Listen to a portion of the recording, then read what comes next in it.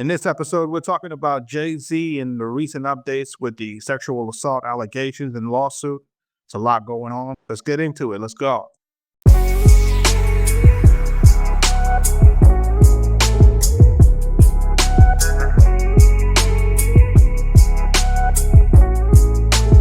Arkatech Beatz.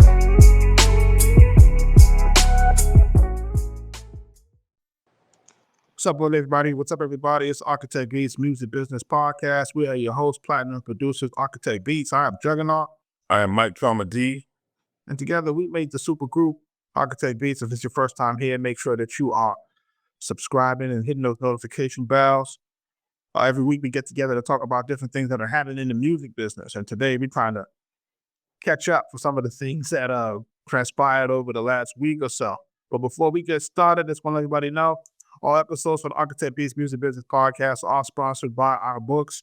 And you can catch them at arkatechbeatz.com. Make sure that you're using the code SAVE10 so you can bundle and save. Remember, we're trying to teach people how to get through the music business as well. And this is how we wind up doing that. So thanks everybody that's supporting on that. So, Mike, I'm just trying to make it understand like this, right? We've been watching this Jay-Z thing go for the last week or so, right? Right. And it first came out that there was a lawyer outside of Texas, Tony Busby. He's basically put in the lawsuits for the Diddy stuff, and he had a lawsuit with Diddy filed, and he had some unnamed people as part of those lawsuits as Celebrity A, Celebrity B, Celebrity C, which basically was talking about the alleged, and everything is alleged, folks. Please, I don't want any legal issues.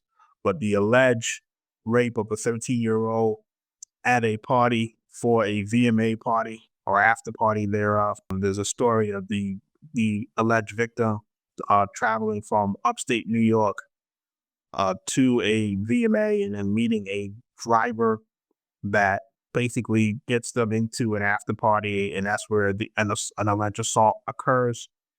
And I guess after them sending an initial demand, Tony Busby and those folks to Jay-Z's folks, trying to get mediation. They said they weren't trying to get any money, but they were trying to get a mediation. After Jay-Z basically declined that or, said that he wasn't going to give them anything, he basically names them as the suit and now puts him through this public humiliation to where Jay-Z now has to respond and has been responding pretty accurately and pretty forcefully, basically denying the claims and basically telling the lawyer that, hey, he's built different in so many words, and that, you picked the wrong one. Not all celebrities are the same. We're not going for what you're going for, and we're going to show the ambulance chaser attorney that we're not here to play any games. So I guess what I want us to go to is kind of not really go through the details of this thing because it's really messy, but at the same time, trying to get people to understand the severity of what's happening in the business right now. Was it another update? Where yes, and there has been some updates because it looks like what Jay-Z and his folks have been trying to do is try to get the alleged victim to basically be, because right now she's under a Jane Doe, but try to have her name herself, right? Because he wants to face his accuser. So he's put in some legal paperwork to get the accuser to show themselves because it's harming him and his business. So he put in some paperwork to get that to the judge. So we'll see when that comes out. But she recently looked like she did a NBC interview, and then the NBC interview looked like it didn't go the way that they thought it was going to go, and it showed a lot of inconsistencies in the story, which now Jay-Z's attorneys have taken that now and also sent that to the judge, and they're looking to get this thing dismissed. And they want it dismissed now. They're not trying to wait they are waiting 30 days. No, I think they have to wait like 21 days or something like that. And they're like, no, we don't want to wait. This person is out here trying to do a public campaign. And now the attorney now is saying that, well, they're still vetting some of the stuff, but it didn't prevent them from filing it and offering the initial demand. So they're using that as the proof to basically tell the court that this guy didn't properly vet the victim, and it shouldn't have really got as far as it's gotten. So are you telling me is it that easy? Like It's not easy. somebody. All right, let me say it like this. There you go. You on your grind. You made a little bit of success for yourself. Worked hard for it. Sacrificed. You got yourself in position. Feed your family, and then all of a sudden, someone can easily just make an accusation, whether it's true or not true, whatever. But somebody can make an accusation and it go public, and that's it. Like that's because we know an accusation is good enough to destroy you. Like out there. In this day and age, yes. So someone could just accuse you. It don't necessarily got to even be true. Someone can make an accusation, and businesses pull out. People don't want to rock with you. Like it's a whole domino effect. So you telling me it's that easy? Like a person can make an accusation. It could have a lot of holes in it, and still be looked at as if we're still gonna give this the time of day. Like That's where we are. This was perpetuated by a lot of the Me Too stuff. You know what I mean? And remember what was happening here is that this was the stuff that was coming to the forefront. People were basically they in New York had passed laws to extend the statute of limitation on this stuff. You know what I mean? So this is all by kind of design. And at the end of the day, you have to ask yourself, not that we're not trying to minimize anybody who was being sexually assaulted. I do have a daughter. I want people to be clear on that. At the same time, like there has to be some sort of parameters on this thing. You know what I mean? Because again, she can come out, she could ruin his business, she could make an allegation, she could destroy his life, basically. And what if he didn't have the money to fight it? It's really like a legal type of extortion in sort of a way, if we're looking at it. And I think Jay-Z and those guys were trying to, allegedly trying to do a lawsuit against the attorney, saying that basically it's extortion, what he's doing, and what we're just looking at a situation where it's like anybody can say anything. But no pre there gotta be some sort of like legal ramifications. Like if you just making accusations that are not true. Like at the end of the day, if we find out that this is untrue, this was a made up story, then what? Can this individual be held up on charges? That's the question. I think the only thing you might be able to do is civil. You might be able to sue, but if a person doesn't have anything, they don't have anything. So that's a whole nother part of it. It's like there has to be some sort of ramifications for people who are doing false allegations. I think there was another story that I was reading maybe a day or so ago against the Duke lacrosse players, I believe, where they're saying that alleged victim was actually, she came forward and said that she was not telling the truth about the whole thing. Wow. So that's a whole nother narrative again that that wasn't true. How does a 13-year-old get from Rochester, New York to like? There's so many questions and there's so many things, and they were saying basically that her father doesn't recall picking her up. She said she called her father and he drove from Rochester to pick her up, and they drove 5 hours. Drove home in silence. Yeah, mortified. And he basically said that he doesn't recall. So at the end of the day, it's like there's a lot of inconsistencies here, and I'm not sure what's going to happen with this. I just know that Jay-Z's being dragged. And what I didn't like, what I was seeing online, and there's some people that were, comparing this to the Diddy situation, and then they were comparing Jay-Z's lawsuit and fighting back, comparing it to the Drake situation with him suing over the defamation of the PDF. And it's like there are so many different layers to this thing, but I think what people have to understand is that no one wants to have their businesses or their life workings destroyed over allegations, over things that are not true.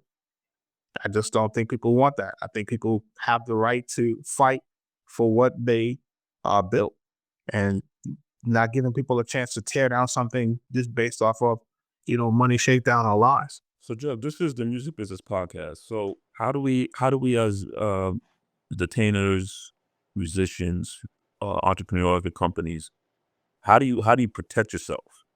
I think that's the question. Like, you know, is it something that could be done legally?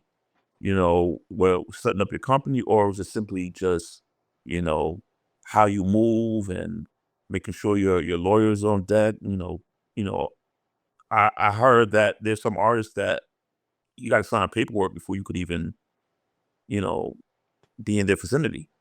So what are some of the steps? What can people do as far as, if you're a new artist, like, what do you do? I think if you're a new artist, if you're an artist in the entertainment business and you're getting in and you are interacting with people that you do not know, there has to be some sort of process that folks are vetted. And you may say, well, what does that mean? Meaning, hey, if you kind of hang out with us, we need your IDs. Hey, we need to make sure verify your age.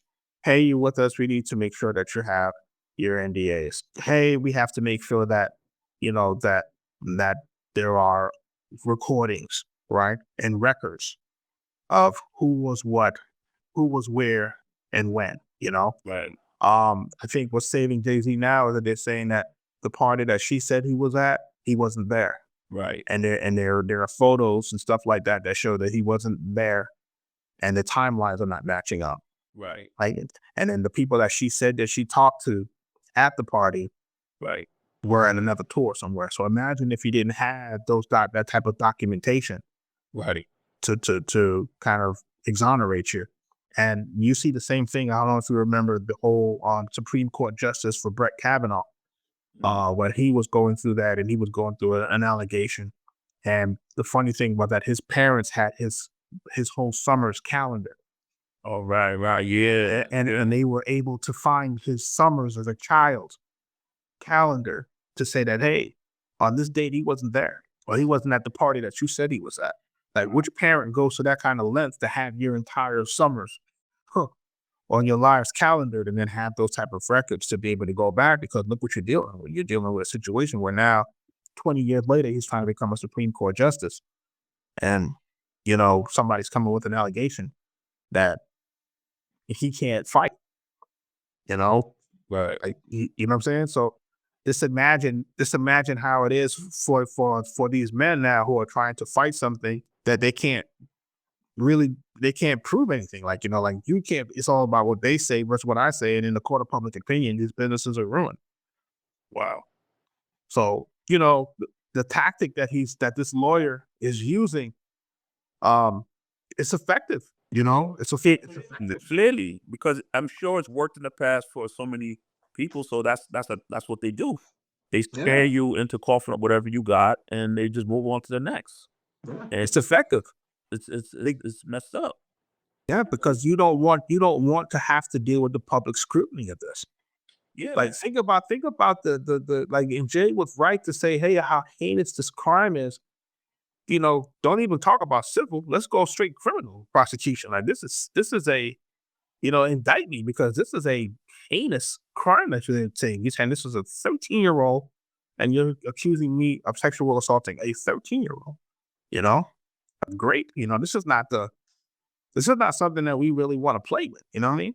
So I people were kind of saying, oh, his response doesn't seem like he's denying. I'm like, yo, what kind of response is he supposed to have for something so, such a horrible type of allegation? So it's like this type of thing, man. I think people are playing around with it. People think it's a joke, but this is his whole life that he's worked for that can go up in smoke because somebody wants to, have a payday. And and we knew this was going to happen after the Diddy settlement. Like, that settlement that Diddy put through, it's sad that it opened the floodgates, man. it's sad that people are looking for it too. Like they were saying, oh, he's next, Jay's next. And it also kind of brings up the fact that, okay, is this one of the reasons why Drake did what he did as far as his legal situation? Because you don't want to be put in our box. You don't want to be. You don't want that label on you. Yeah, that can ruin everything you worked hard for. All your businesses. Nobody wants to do business if you have that label on you. But look what it inspires. It inspires these type of allegations by copycats. It inspires it. You know what I'm saying? Let's not act like these men are not out here having relations. You know, these men, you know, they're out here, they're having relations. The question is, you know, who wants to interpret their relation as, you know, Right. you know? Right. Like, let's be honest about that. Like, you know, So your relationship could be on the up and up, but someone could say, you know what? That person didn't call me back last week or didn't invite me to the show. And now, you know what? Now it's time for some get back. Now I'm gonna get my bag. yeah, And they could just turn it around. yeah, Now it's, you know, one person's word against the other. And if that person was actually in the vicinity, in your room, on your tour bus, you know, and there's records showing that, if you don't have anything else to back up that, which whatever it is you did was, you know, agreed upon by both parties, yeah. yeah, it's gonna be a problem. And consensual. And remember, everything right now is being done to sex trafficking. So if you travel with the young ladies across state lines, because they're considering it sex trafficking, you know, and all types of different things are going on with this type of stuff. This stuff is bad now, really bad. But I believe that would if Jay-Z happens to get this thing dismissed, then it will give more people the ammunition to fight back, right? And you know, they're going to have to make an example out of this, you know. And honestly, it might help Diddy too on the low. Like it may help Diddy if he can get this thing thrown out. Then Diddy and those folks will have a precedent that they can lean on legally. Well, if Jay is able to you know get this thing thrown out, you know, it would be great for him to use this as an opportunity to be able to, you know, put some sort of law or put something through that can help people who are unjustly being accused of things and some sort of, you know, consequences be set for that because you know there's so many things that are happening behind the scenes quietly. Like these lawyers are doing this because they're getting away with it. They're making a quick bag for themselves, and there are people running around that they do this. That's their job. You know that they prey on you know people who are successful, and it doesn't even have to be celebrities. It could be people in the private sector. They prey on people who are successful, you know, and they do these things and they get you into a situation and next thing you know, you're jammed up and you gotta pay up because you don't have the resources, number one, to fight, and number two, you don't want to be outed and be publicly humiliated.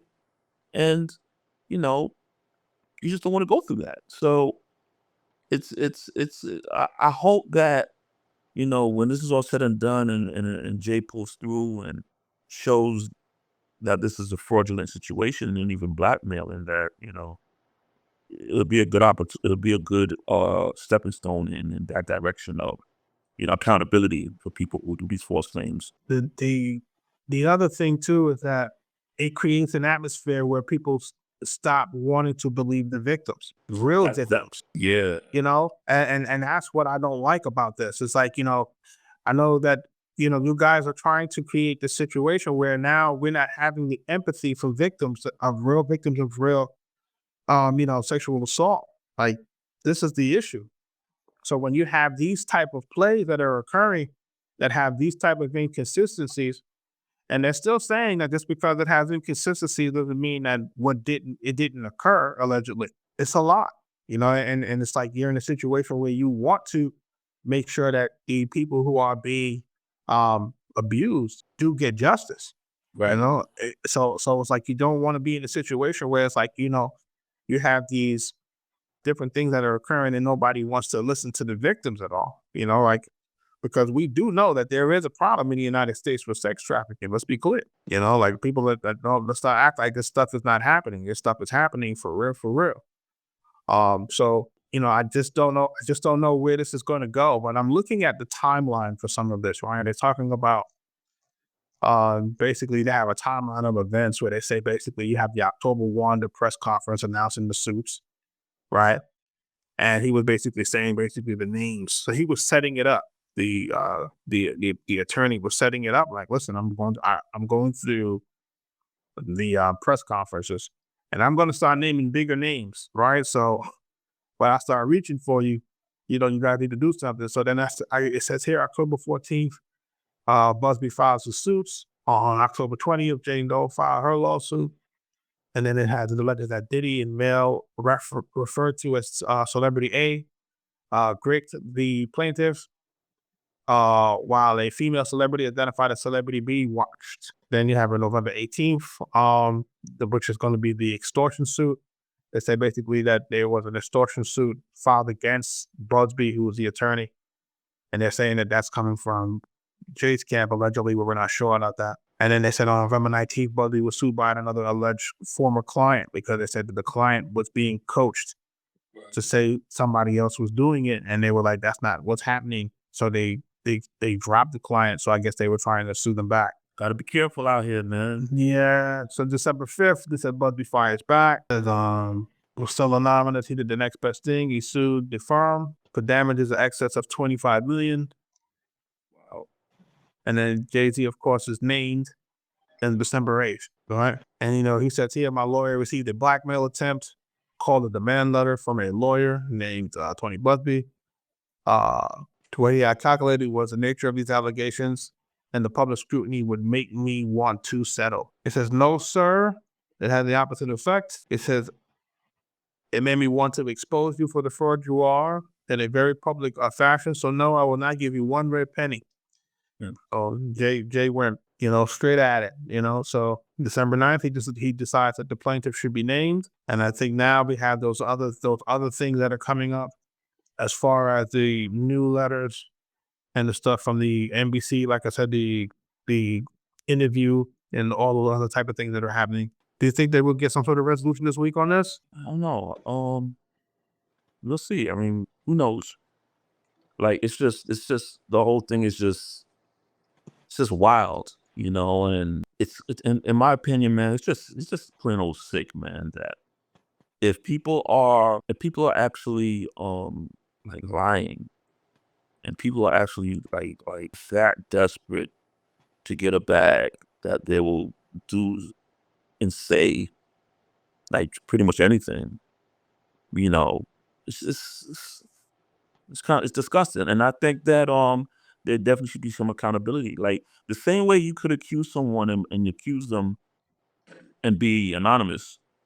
I think that's crazy. Yeah. If you feel 100% this happened to you,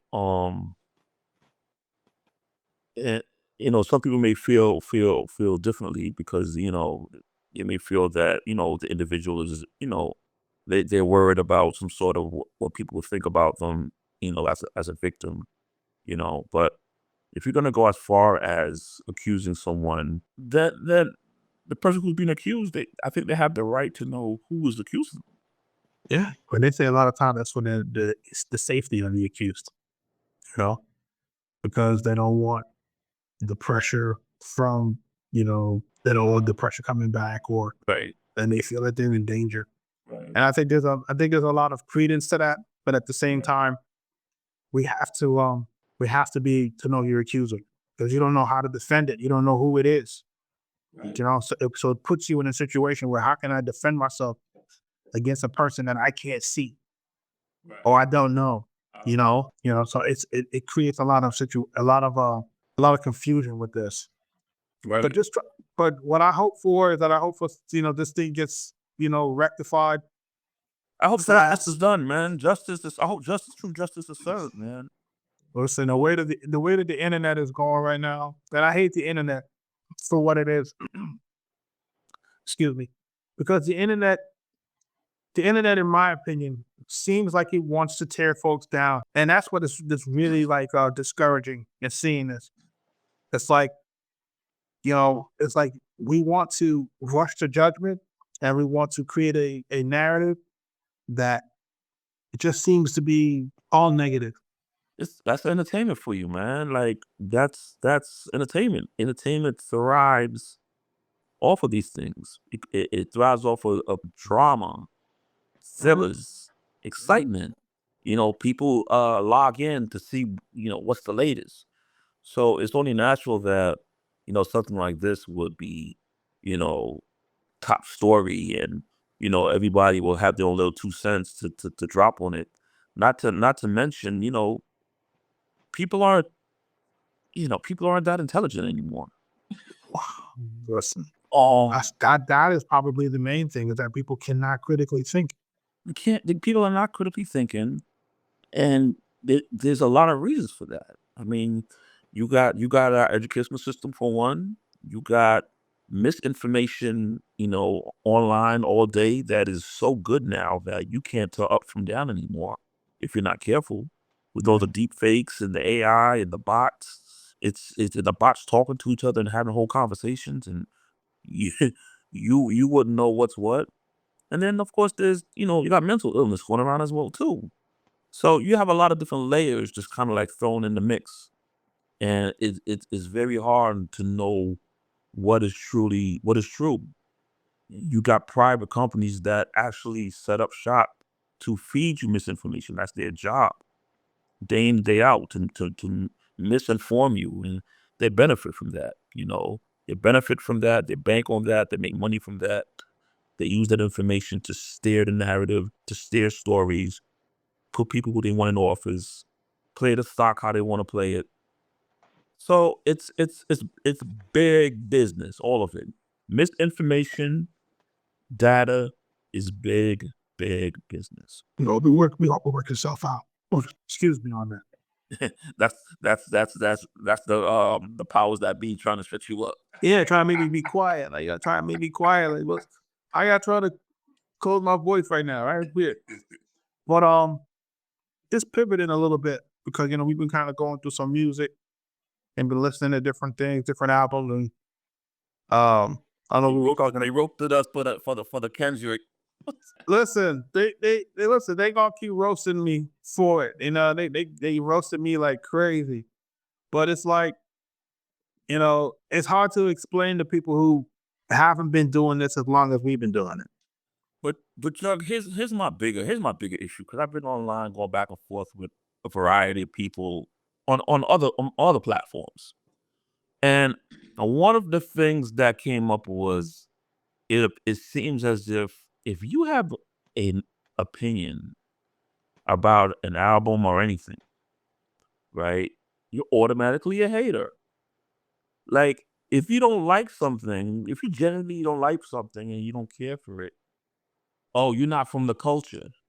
Oh, Oh my gosh. you this, that, and the third. And it's just like, just because I just because I don't feel it's hot, or just because it's mid to me, now you're not from the culture. Like, you can't have an opinion. You can't you can't feel how you feel about something and that be okay. Like, why is it why is it so divisive? Why is it, what, you don't like this? Then something's wrong with you. Why does that something have to be what why does something have to be wrong? Because I'm what I'm saying? It's just weird. It's just weird. And the biggest joke to me is, I guess these folks think the set is fake, right? These aren't real plaques or something in the back. Like we haven't really contributed to this hip hop shit over the last 25 years. Like, we didn't help design this shit. You know what I'm saying? Like, hold on, wait. Like, you weren't an A&R, or you didn't work on these albums, or we didn't work with these artists. And for some strange reason, our opinion just has no basis at all. And I just find that to just be interesting. Like you, to your point, like, okay, yeah, I can have my opinion, you can have your opinion, right? And that doesn't make me a glazer. It doesn't make me a hater. It just makes me having an objective opinion based off of my experience in the music business and being a true creator. Like, we are the ones that, for them to tell us that we're not of the culture when we've created the music for the culture, is bizarre. Look, you know, it's what I want to tell the people, like, it's okay to have your own taste. Like, that's normal. Like, when you like a record, you don't like a record, there's a lot of things that come with that. It could come from where you're from. It could come from upbringing. It can come mood, you know, experience. There's so many things that contribute to how you feel a record. You know what I'm saying? So respectfully, it's like, okay, if you don't like that record, or you don't like that, if you do like the record, that's fine. Like, okay, cool. That doesn't mean that I'm going to call you out and talk about you and call you names because you don't like a record. Like, people get so offended when you don't like the same record they like. You know what I'm saying? It's such a weird thing. Like, you can't say, "Nah, I'm not feeling that." They look at you like, "What do you mean you're not feeling that? What's wrong with you? You don't know nothing about hip hop then." And it's just like, That's where we are though as a society, where everything has to be, you know, black or white, or in some cases red or blue, right? It's like that's the dynamic that we're at right now, where we just can't respect the other person's opinion. And and even for our reviews, right, of the album, our review of the album, we went through every song and we gave our reasons for why we liked it and why we didn't like it, right? So if anything, it was constructive criticism, right? And we weren't comparing it to anything other than his own catalog. That's the thing. That's the wildest thing to me. Like, we weren't comparing him to any other artist but himself. and we never said and we never said the album was horrible. We just said it was mid. We didn't feel like it was his best work. And I look, and 2 weeks later after the album dropped, what do you hear? Right? It's quiet now, right? Hype is over. And we said that when the hype is over, that people are gonna look at that and say, it's okay. It's not, you know what I'm saying? And you have to understand this. So, like, we've been in this thing for 25 years. Your favorite artist will always drop music that you may or may not like. Right. That is a fact. And there's nothing wrong with that. There's nothing wrong with that. It's like saying, like, like you got Off the Wall, you got Thriller, you got Bad. Not all of them are the same. And on top of that, even your favorite artist may make, and you could be a fan of an artist, but they may make a record that's not specifically for you. Real talk. That's fine. You may have a record of 15 records.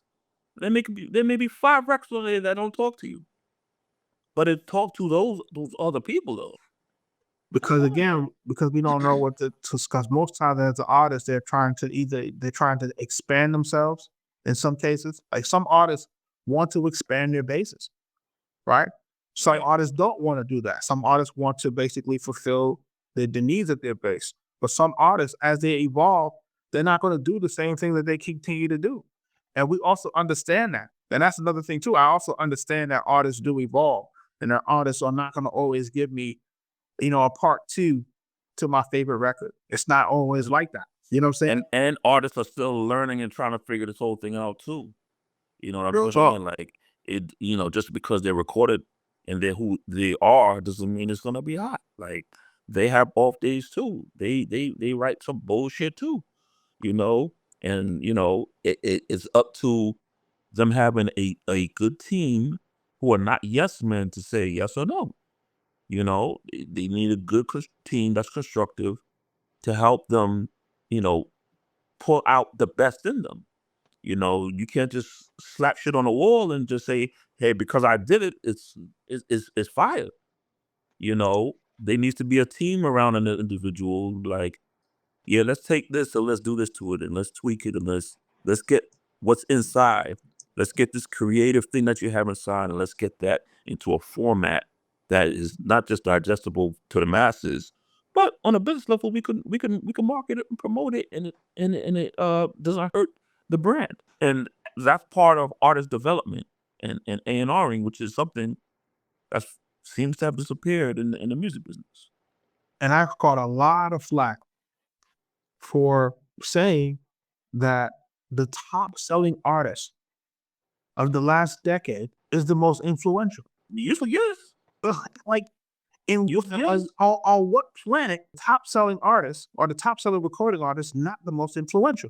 Whether you be Michael Jackson, whether you be Lil Wayne, whether you be Eminem, That was Taylor Swift. Taylor Swift, or what planet is the top selling artist not the most influential artist, especially if he's the top selling artist in a particular genre? Is it not urban music? If it's not urban music, then what is it? I'll wait. Like, you know what I'm saying? Like, is it not urban music? Just because it sells on a popular chart, it does not mean that it's not urban music. Urban music can cross over. Yep. Hello. I've been saying it's urban music can cross over. Hip hop music can cross over to pop charts. It doesn't mean that it's not hip hop. It just means that it's popular. But you know what? There's so many people that have their own definition for hip hop, you know, and it gets jaded. The same way it seems like now there's a different definition for culture.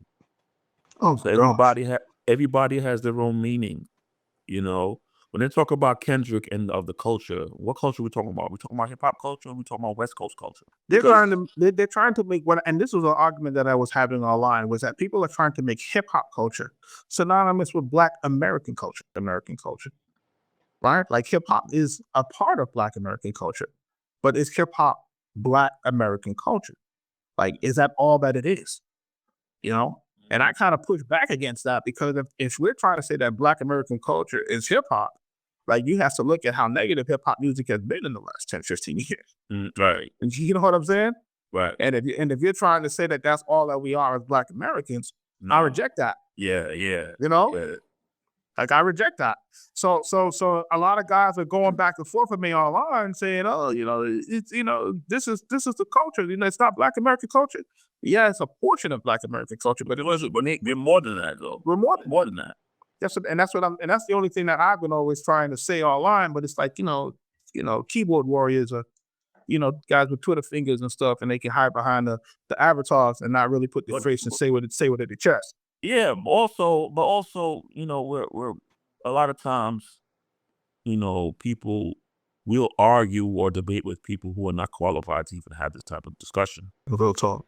That's real. You be debating with people who don't have the experience, don't have the know-hows, or even the understanding of the music business, or any type of experience in the music business to have this discussion with. And it's kind of silly. They won't know what publishing is. They won't know what mechanical royalties is. They won't know what any of this stuff is. But they want to have a discussion about hip hop and the business and this, that, and the third. But they won't even know where it originated from. But you want to have a hip hop discussion. And the other thing too, I have to recognize and realize is that we're older, right? Mm-hmm. So being older and being able to see the different generations of hip hops and different iterations, right? You think of my first hip hop record is The Message, right? So, like, look how old that is, right? And then we go from that to Run DMC, or for the Run DMCs to the Tribe Called Quest, from the Tribe Called Quest to the NWA, from you know what I mean? Right. And we've seen the different iterations of hip hop, and we've seen what it does for each set of generations that go, as far as how we dress, how we talk. But we see the effects of it in real time. And now looking back 30 years, it's like, man, do you remember that chamber? Do you remember when this was happening? Do you remember the ball head chamber? Do you remember the Timberland chamber? Do you remember the khakis? We can look at each one and can look at it and see how it impacts our community and how it impacts our culture overall. Yeah. Right? So folks, keep talking about, this guy's of the culture, this guy's not of the culture. And it's just like, is that because he's not a Black American? He's Canadian, which to me is just like, this is wild to me. It's like, okay, he can come here, he can be signed by one of the top artists, he can work with the top artists in the music business, right? And so hold on. So is there a so what's the criteria of being of the culture then? Like you gotta be born in America, and it's not, you know what I'm saying? You just have to be Kendrick Lamar. If you're not him, you're not of the culture. And it's like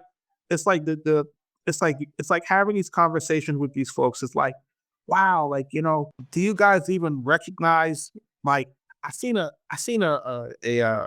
recent Breakfast Club interview with Fat Joe. And Charlamagne and they were asking him, will he put more artists on? Will he help more people get signed? And he said, no, because they're not loyal, right? And the people that you help will turn around and say that you didn't help them, Right. right?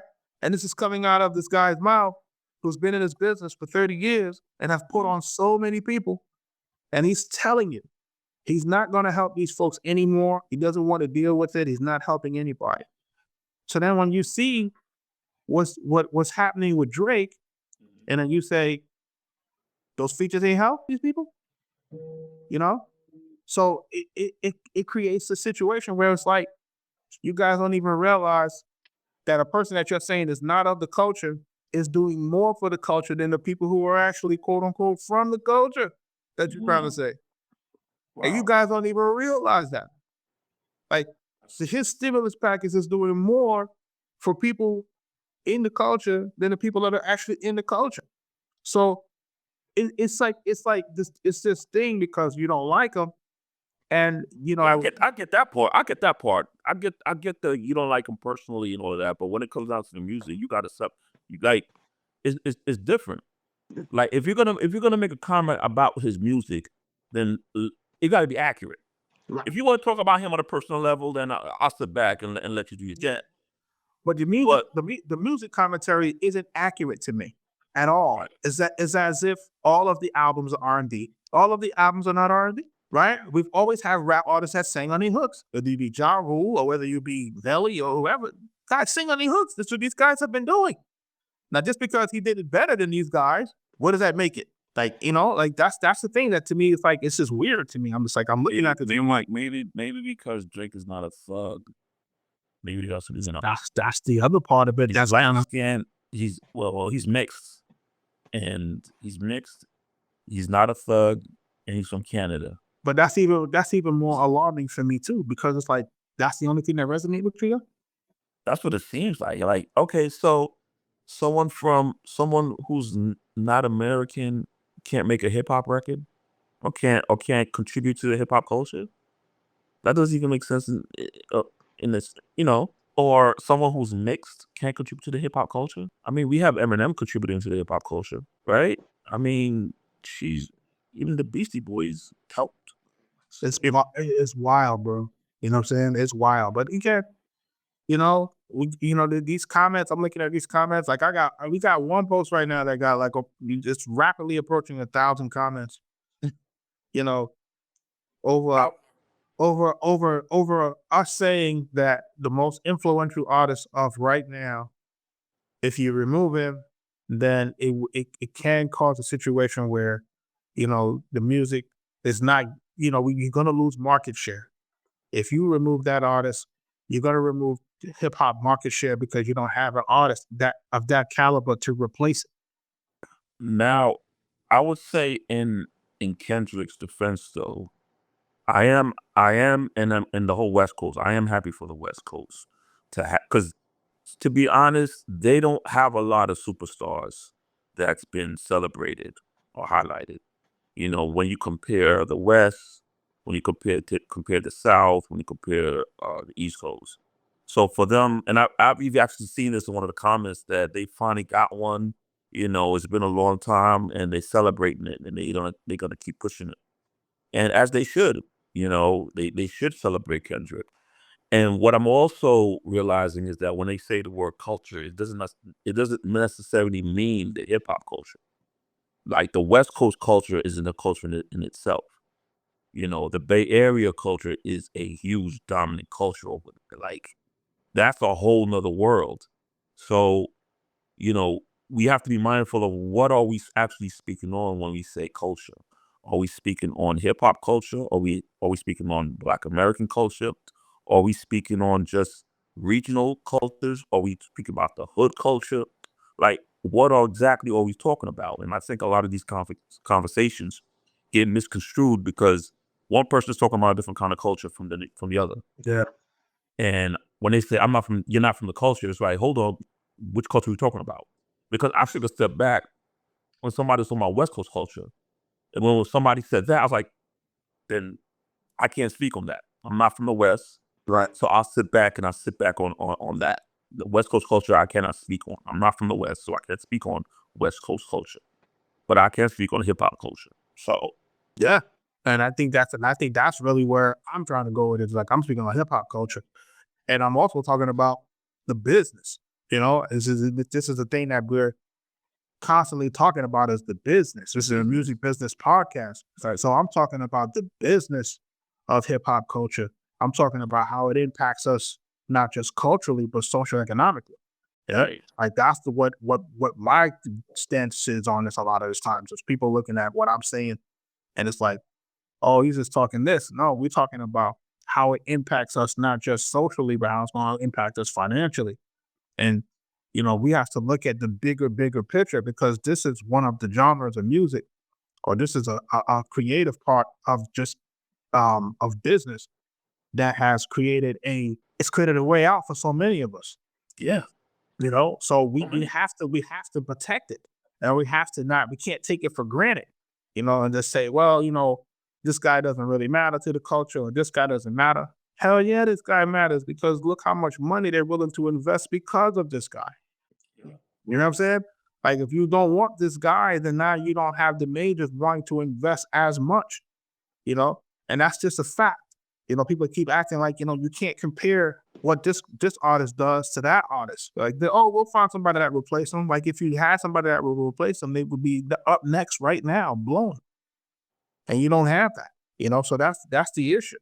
So at the end of the day, you and I, we go back and forth. We talk about a lot of this stuff. I wanted to get back to the Snoop Dogg and Dre album, Missionary, right? Because you and I were listening to it earlier. And, I don't see a lot of the fanfare around this album, considering, like you said, it's like a follow up to Doggy Style. So, what do you think is happening on it? Why isn't it not resonating with folks the way that it should? I think so. So one of the things that I think happened is that, first of all, lyrically, they sound great. Lyrically, they didn't lose anything. As a matter of fact, they stepped up lyrically. They sound good. They flowing like I have nothing to say about when it comes to the lyrical abilities of Snoop. But it is sonically different, musically different from what we're used to, and probably what we were expecting. Now, of course, you're older, you're more mature. These guys are in their 50s, and I'm sure content-wise, they don't feel the same way they did when they were teenagers. Obviously, their families, children. They're not gonna be on some bitches and hoes and all of this stuff. So I get that, but musically, I think a lot of people did want that G funk sound. You know, they still wanted that gangster boogie sound. Or that elevated to 2025 sound, whatever that's going to be. We are looking for something groundbreaking, something different, maybe a new sound, totally. To me, this sounds like an album that had a lot of live instrumentations. Like they looked at it from a business standpoint and said, let's not use samples because we're gonna have to pay for that. We're gonna have to go through this, wait for clearance. I When I listen to it sonically, I can hear that it's a lot of instrumentation, meaning that it's gonna be easier to play at the Super Bowl or easy to be played in just Live events. live events, live arenas. Um, you know, and it's gonna put them safely and open more doors for other opportunities that are safer.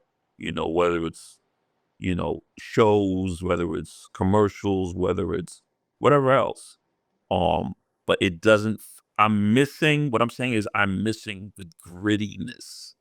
I'm missing the hard grittiness, the attitude, the ruggedness. That's what I miss out of this album. But overall, it's a cool album. But I'm just missing those elements.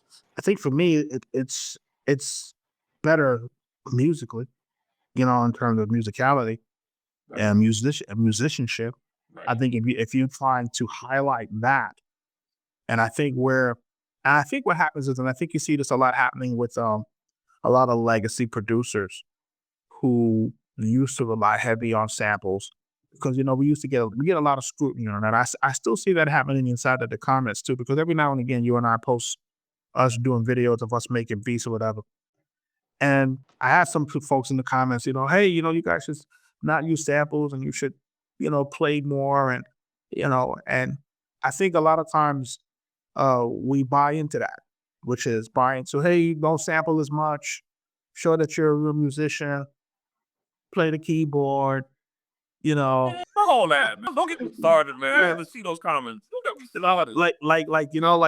people really try to separate producers based off of how well you play your instruments, you know? And, if you're playing instruments, you're a musical genius. If you're chopping samples, you're not. And it's just like, And it'd be people with none of those plaques on the back of the wall. listen, it be always people who got those type of, you know, people who don't have the hardware are always talking about having an opinion about what's going on. Like we haven't been doing this for 20 years. So it's a little bit different. So I think what I can hear in this album is, it has a certain level of musicality and musicianship that I think will resonate with musical peers. If we're looking at maybe like the Grammys or the Academy, and that's at the situation like that, this is where this thing is going to shine. This is where it's going to be widely accepted as a masterpiece, right? Right. Because of that. So it's a hip hop album that doesn't feel like that. It feels like more like a live instrumentation album. But people say that, well, that's still hip hop. I mean, it is, but really compared to a Chronic or a Doggy Style or even a Chronic 2001. You know what I mean?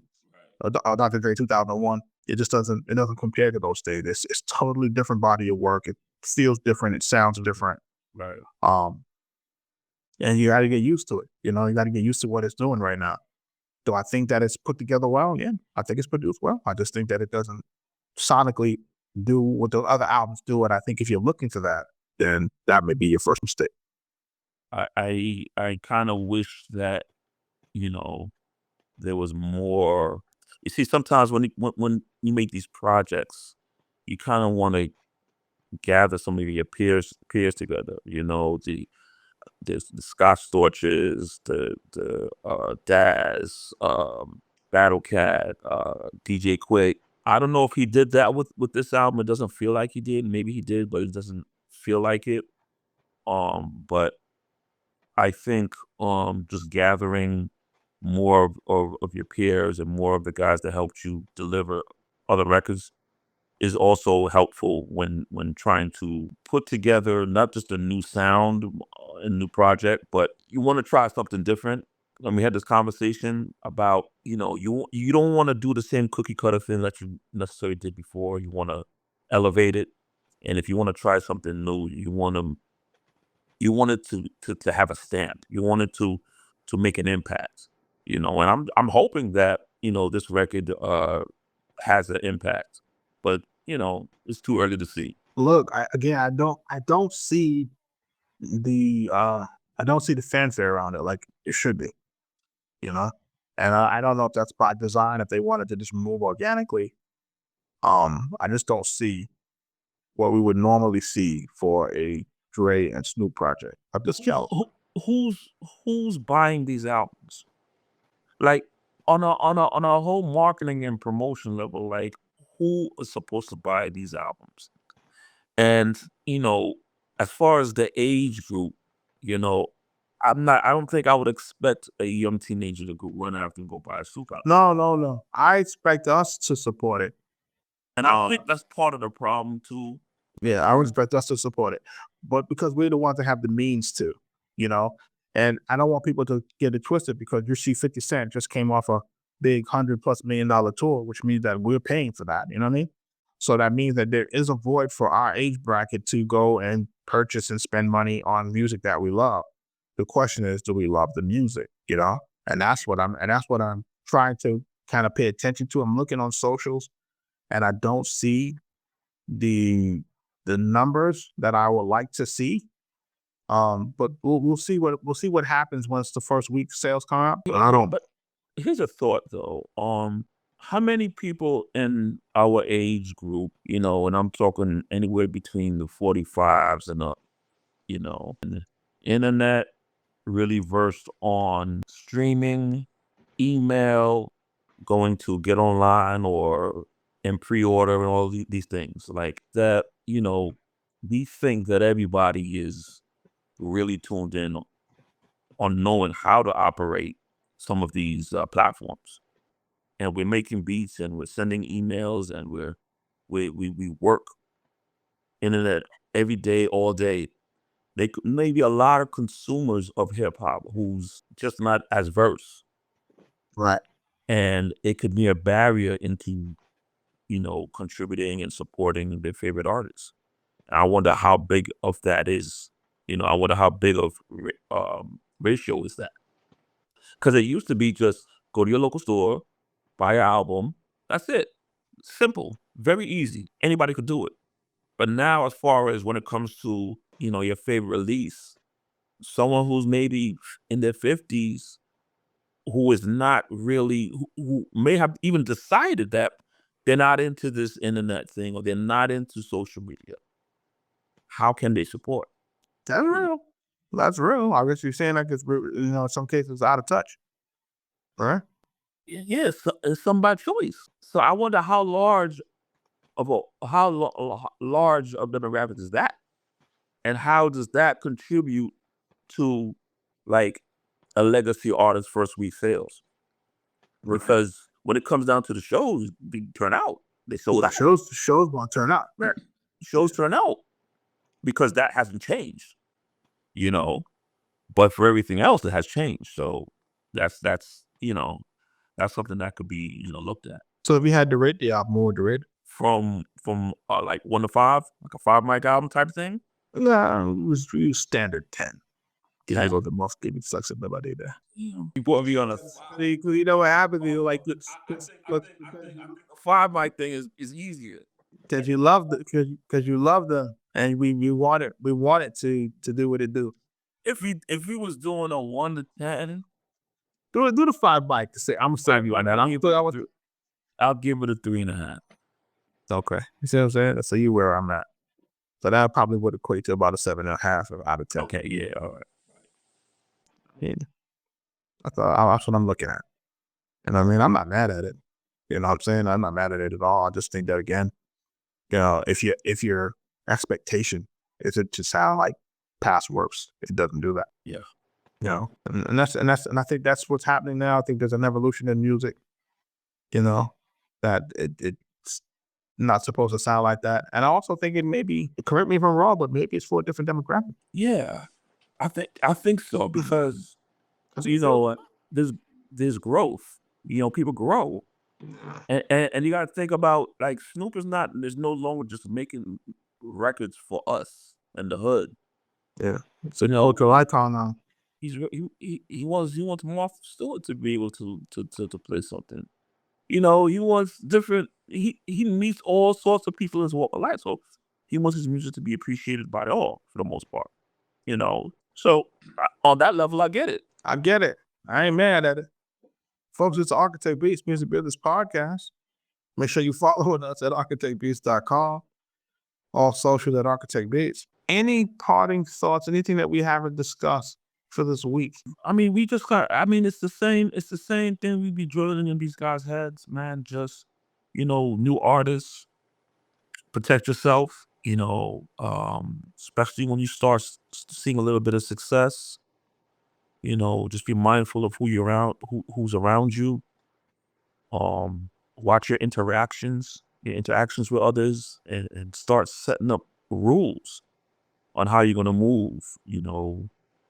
Consult with an attorney to kind of help you know what's legal and what's not legal, so you can help put a plan together. And I really think that every artist should have one of those meetings or programs where you kind of get with a lawyer and evaluate, okay, we're starting to make some money.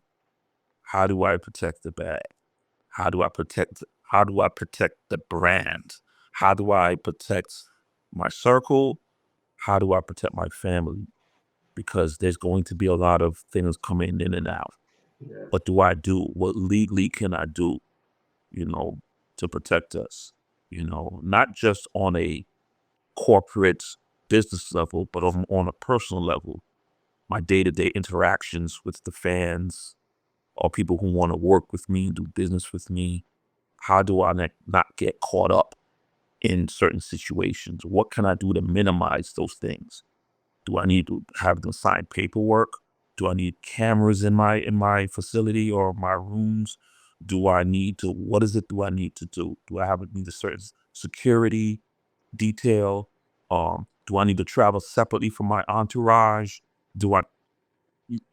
All these things you got to think about and have those conversations to minimize any issues that can arise in the future. Totally agree with that.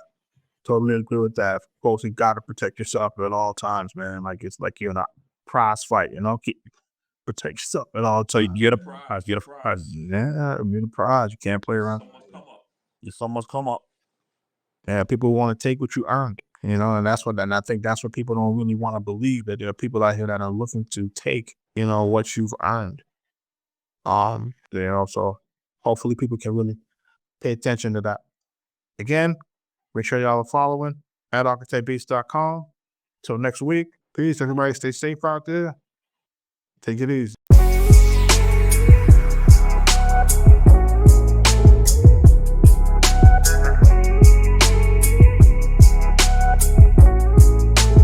Arkatech.